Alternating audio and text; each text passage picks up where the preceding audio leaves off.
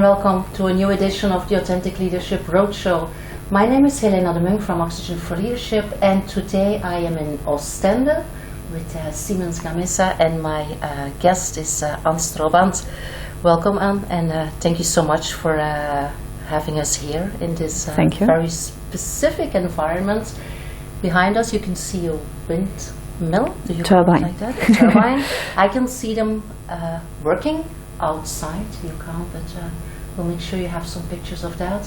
So, Anne, tell me, who are you? What is your story? So, but personally, I'm 37 years old. I have 2 children. I'm married with a husband and 2 children of 8 and 7 years old. And from education, I have a master's degree in engineering, specialized in mechanical energy techniques. And since then, I've always been working in the energy sector, and now currently managing director for Siemens Gamesa Renewable Energy in Belgium. Okay, that's a very specific role. I mean, a very special environment also to work in as a woman, I guess, because it's a very technical environment. We don't see that many women in that environment. What is driving you to take up that role? For me, I've always wanted to work in the energy sector, and to be honest, also from studies, I've always been in a male environment. So for me, as an engineer, so for me, it's my normal habitat, I would say. And I started actually in a very small company after my studies, promoting cogeneration, was it called? It's more energy-saving techniques for industrial partners, for waste management, waste treatment. And after 2 years then started within Siemens to actually sell also the technology, what I was working on. And then from there on, as a sales, I grew into more management functions. And then I started also with wind energy within Siemens. And at that time, it was fully within Siemens. And 3 years ago, they decided to carve out that piece of the business. And then Siemens was merged with Gamesa, and that's why we are now Siemens Gamesa Renewable Energy. I was the first in line, I would say, to be in that carve out, and then that's how I became then the managing director. Sitting here currently still in that function. Okay, you make it sound like a coincidence, and I'm sure it was not. It was not. Was it your plan when you started your professional career? Was it your ambition to become a CEO? No. No, not at all? I wanted to do. For me, what drives me is doing something back for society. Okay. It sounds very melodramatic, but it's how I work. It's why I do what I do, and why I chose or how I have made the decisions that I've made. So that's what drives me. And I was also happy in the sales function, and I would say making my first transfer from the very small non-profit organization that I came from towards Siemens. I had some discussions also with another female colleague, actually, that I met a bit by coincidence via the engineering organization. And just had some reflections. Okay, is this what I want to do? Is it something I want to go for? And with that reflection helped me to make that decision to say, okay, this is actually the direction that I want to go in. Making it more concrete of what I was doing, actually building the installations, selling them and building them.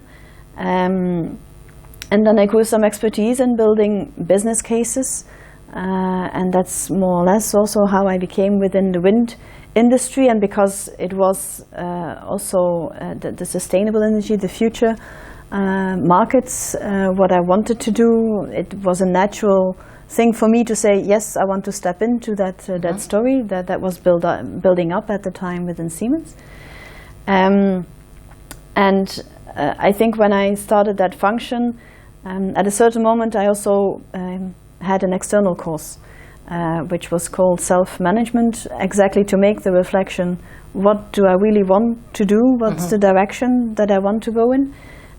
Where for me it was clear that I wanted to grow into the management function. Okay. And at the moment that the whole carve-out process was then busy, at a certain moment I also stood up and said, I actually want to do this, I want to take the responsibility. And at the right time, people that then also supported me, it went actually quite fast. And I would say for me it was opportunities that always have came, but it was always a conscious choice from myself to say, okay, this is really what I want to go, this is the direction I want to take. And from a certain moment also step up for yourself and express the willingness that you want to go instead of waiting for somebody to ask you, because then you can keep on waiting. Absolutely. I hear different things, or I hear several things. First of all, you say if you have your mission clear, then it's easier to make your decisions. And your main driver or mission is giving back to society. So you found basically a working environment that is aligned with that mission. Another thing I hear is that you stepped up. So how did you do that? How do you make yourself visible? How do you build a credibility in order to be asked for a CEO position at 30? At that time, 35. 35 at that time, which is not that normal. It's young. It's young. And I'm also still learning a lot, to be honest. But still you had your credibility, because otherwise people wouldn't have asked you. Yes, but I haven't done that in a very conscious way, because I've always been driven by what I'm doing. I've always really went, even if it was my responsibility or if somebody would give me the responsibility or not, I always went to what I thought was the right thing to do, where I thought I could bring something. And I went also outside of my responsibilities just to get that done. And at a certain moment, I think you hope that others are actually also seeing that, recognizing that. And it's then at a certain moment taking that recognition to say, okay, this is really what I want to do. And then automatically you get that recognition, you get people to say, you actually want to do that. And then they step into that story. But certainly in a more male world, I would say it's not very likely that somebody will actually step up and say, okay, what do you actually want to do? How can we bring you there? It's not really how it worked in practice. You have to own your path. Somehow you have to step up and at least say what you want. Yeah, okay. That's a thing that is not so easy for a lot of women. We are here in this show for role women, for young women, future leaders. What I hear often is that we don't step up for what we were, because we believe that if we will not be able to do the job perfectly, we prefer not to apply for the job. You did a different thing. So what did you use, or what would be like an element that you could also advise to other women to be able to do that? It's for me perhaps linked with also self-confidence, because I would have the same reflection, can I actually do this? Is it not a bit out of reach? But in the end also having faith in yourself that you have recognition, that people have put you in a function because they also believe in you, so that must have a reason. And build yourself the confidence that actually you can step up and you can take the lead, and it will not go perfect, but neither are your colleague managing directors. Nobody is perfect. So they also have their challenges, and accepting that you have some flaws, but that you have your capabilities and that you are bringing an added value to the company. I think that has been an important point. Yeah. Any advice on how to build that self-confidence? It's difficult. What did you do? And I still do that, because from time to time you also doubt yourself if you are doing the right thing. If something goes well, I'm very critical to myself. I automatically make the reflection, is it my fault? Could I have done something differently? Did I miss something? But in the end, for me, it's often telling to myself, you have been put in this position because people have faith, because people have seen that you are capable, and just talking into yourself, convincing yourself that you have your capabilities, you do what you can, and somehow you do bring an added value to the company. Yeah.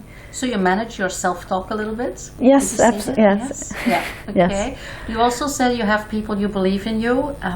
Within the organization, within Siemens, do you have sponsors or mentors? We have a systematic within Siemens that works with coaching positions. So I do have a few persons which I rely on, that I talk to from time to time, to just see a bit with which issues I would be struggling, or if I would have difficulties with certain topics, especially then for the self-developments or the development of yourself as a person within the company. So from time to time I do make those reflections with other people, just to have it as a sanity check, I would say. Okay, that's a nice. Also building confidence, because if you get then the rapport that they say, yes, you're doing the right thing, what I would do as well, it gives you again some confidence to go further. Yeah.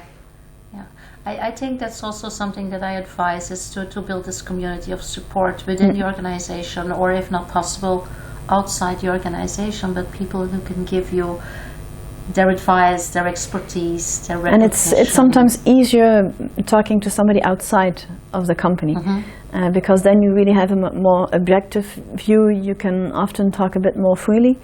So for me that helps to have more somebody from the outside involved. I understand. Yeah.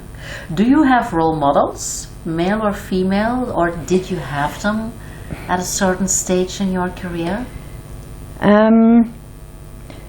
Not as such. I've always had people where you say, okay, it's good to have a chat, or that I've learned things from the discussions that I have with people.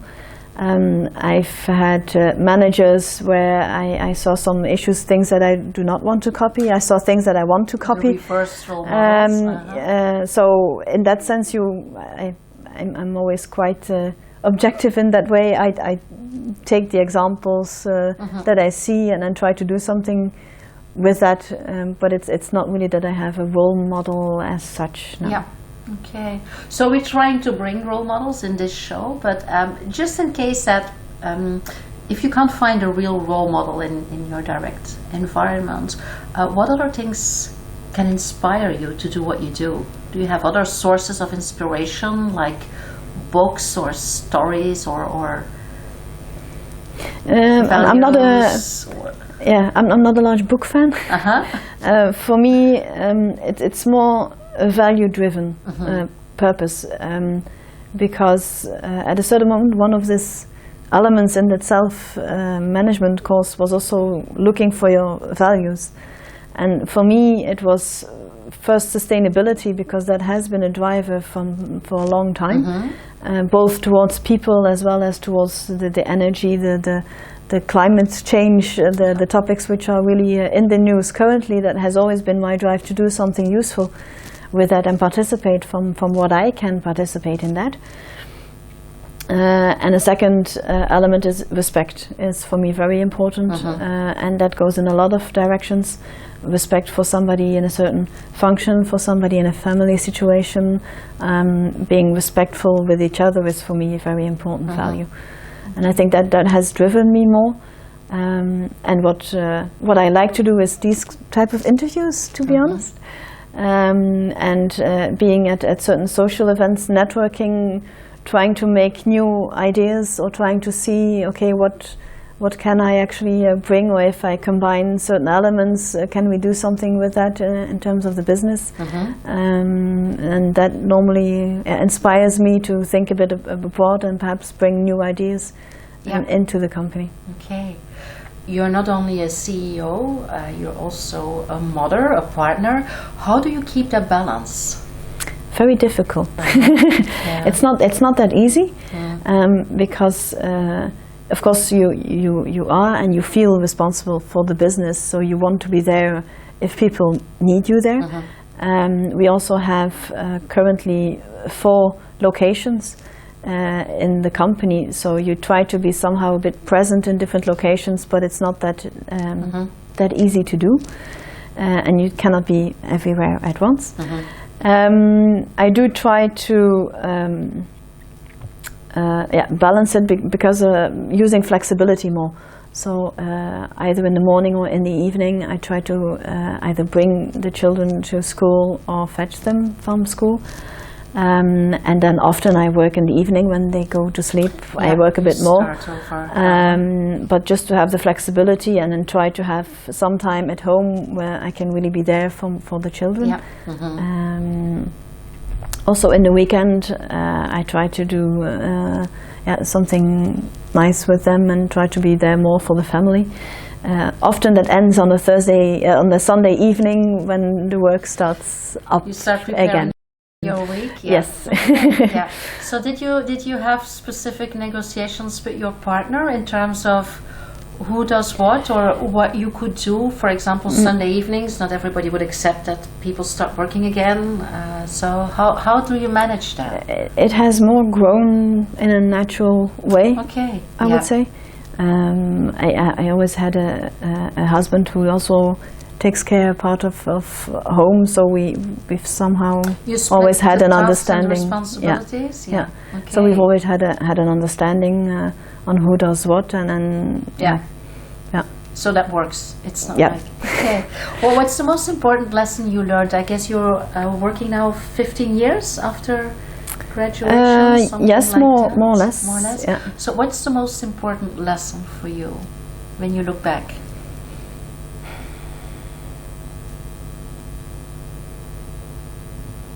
I don't know. I've always tried to do what I want to do, what I like to do. So I've always looked for the things that give me energy and tried to always develop in that direction. I think that has been more or less the main driver. Yeah, and I think when your mission is clear, it's easy to make at least there was a clear direction. Of course, you can still make several decisions within that, but then it's a matter of indeed which opportunities come your way, basically, and it's perhaps a bit of luck, but in the end it's also taking that luck and doing something with it. And own your own your path. Okay, so we are in a very masculine environment here, very technical. How do you stay authentic as a woman and still get your agenda on the table, still get your goals? Did you see any issues in the... First, I think it's also an advantage of being a female in a masculine environment, because, for example, if I go to an event, normally they know my name afterwards because I'm one of the only female ones. Is that still the case? Yes. Yeah, but in wind energy, I must say that's improving. There's also a lot of females in charge within other companies, so that's for sure improving. Coming, of course, more from the more typical oil and gas sector, there it was much more of a masculine world. But that's always an advantage in that sense. They see you. They see you, and they also often have another attitude or perhaps another expectation of a female leader than of a male leader, and often. I would say it's a different approach that you have. I try always, if there's an issue, I try more listening to what is actually happening in a more calm way before then actually making a decision. And perhaps if things are heated, you can bring down the calm a bit more, or in any case a different way of approaching, which is also appreciated by a few people at least. Yeah. Okay. In your role as a female leader, in what way do you see opportunities to bring more female power in the organization? Do you have a possible role in that? But perhaps first of all, we are with 2 females leading the business. So my CFO is also a female. Okay. So I think we're doing quite well as an example in Belgium, which is still extraordinary if you look at the global picture. And indeed also within our company the board is a pure male occasion, which is a pity, I think, because there are a lot of females being capable. And you also feel that in terms of some female managers that we do try to seek out and seek a bit of comfort on how to actually support that. But I remember actually very well an interview that I saw, but it was years ago, with the female manager of Janssen Pharma. And she also said clearly that the change was because of the fact that you had some females in the higher levels, that you had a different way of speaking to people and other females, of actually bringing them to the step to go for a management function, being successful in that, and that was a very large starting point to make the changes. And I still believe in a masculine board or a masculine world. You need to somehow show your shoulders and show that you're there, and it's not in my nature to do so. I think in a lot of female managers it's not in our nature to act as such, so it's more difficult to being recognized or being asked and actually grow into that function in a masculine world, and I still believe that's part of reality.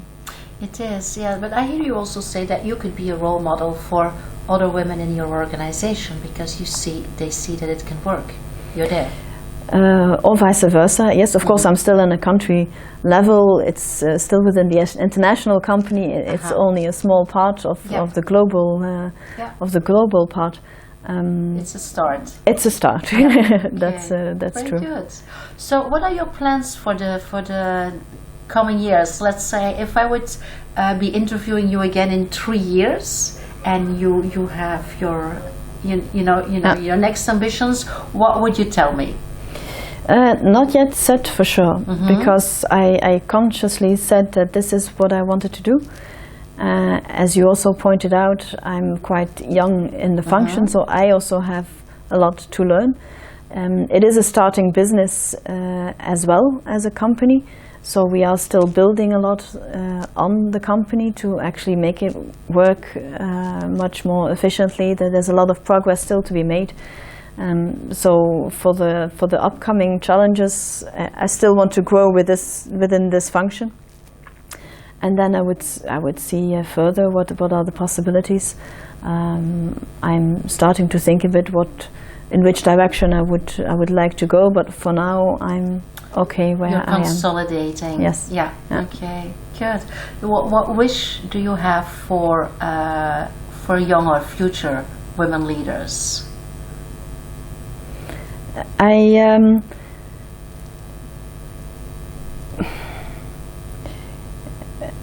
It's a bit difficult to express, but I would say I've always been very conscious of the fact that I want to be in the same world as the male colleagues. So I've not really actively looked for an only female group or supporters or coaching or whatever you call it. I've always wanted to do the same thing as the male colleagues and be really part of that society, I would say. And I think that would be a large step if we don't only have equality at a bit lower level management, but also the higher level management, that you really see the equality and that you have an enrichment also of certain ways of acting, of certain elements where the combination of both is, I think, always very healthy and brings an added value to the company, and that it's more in a natural way that also females can grow within a company, that they don't need to stand up per se or show their male talents a bit more just to get higher, but that it more goes automatically, I would say. Yeah. Automatically and authentic. And authentic, yeah. Okay, that's a good wish. I guess we all are looking for the inclusion of all talents and all behavior and all DNA in all levels of the organization. I guess we both know there's still a lot of work to do. So I strongly believe that we can contribute in our own way by being the example, being the role model, giving back. So I think that's a very good way to end our conversation or interview. I wish you all the best with your role, and I hope that you can succeed in everything that you plan on. And I hope to sit here in 3 years to see what has changed. Even if it's not concrete, I'm sure that things will have evolved with you and with the organization. I'm also curious to see what will be in 3 years. Yeah, absolutely, let's do that. Okay, thank you so much also for your hospitality here, and looking forward to see you again soon. Bye. Take care.